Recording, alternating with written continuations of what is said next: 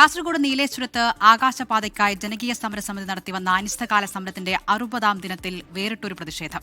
ദേശീയപാത നിർമ്മാണവുമായി ബന്ധപ്പെട്ട് അടിയന്തരമായി പൂർത്തിയാക്കേണ്ട സർവീസ് റോഡുകളുടെയും ഡ്രെയിനേജുകളുടെയും നിർമ്മാണത്തിലെ അശാസ്ത്രീയതയും കാലതാമസവും ചൂണ്ടിക്കാട്ടിയാണ് സമരസമിതി ഇന്ന് ശയനപ്രദർശനം നടത്തി പ്രതിഷേധിച്ചത്.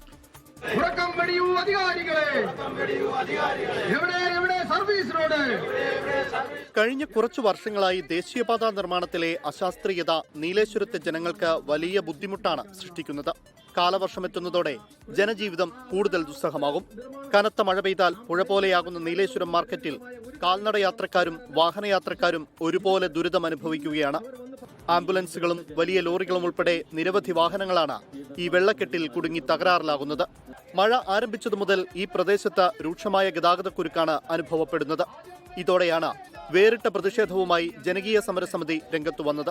ആകാശപാതയ്ക്ക് വേണ്ടിയുള്ള സമരത്തിന്റെ 60ാം ദിവസം ശയന പ്രദക്ഷിണം നടത്തി. 60ാം ദിനം സിന്ദാബാദ്, മഴയങ്ങെത്തി അധികാരികളെ, ഉറക്കം വെടിയൂ അധികാരികളെ.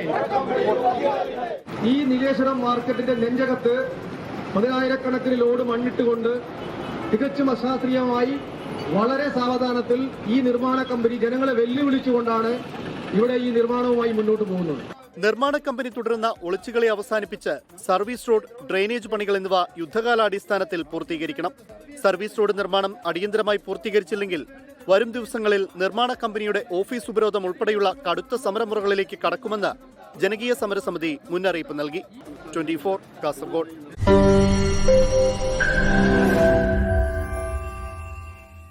ലോകത്തെവിടെയായാലും ഏത് സമയത്തും 24 വാർത്തകളും ഓഗ്മെന്റഡ് റിയാലിറ്റി പാക്കേജുകളും എക്സ്പ്ലെയിനറുകളും വിശദമായി കാണാൻ ഞങ്ങളുടെ യൂട്യൂബ് ചാനൽ നിങ്ങൾക്ക് സബ്സ്ക്രൈബ് ചെയ്യാം.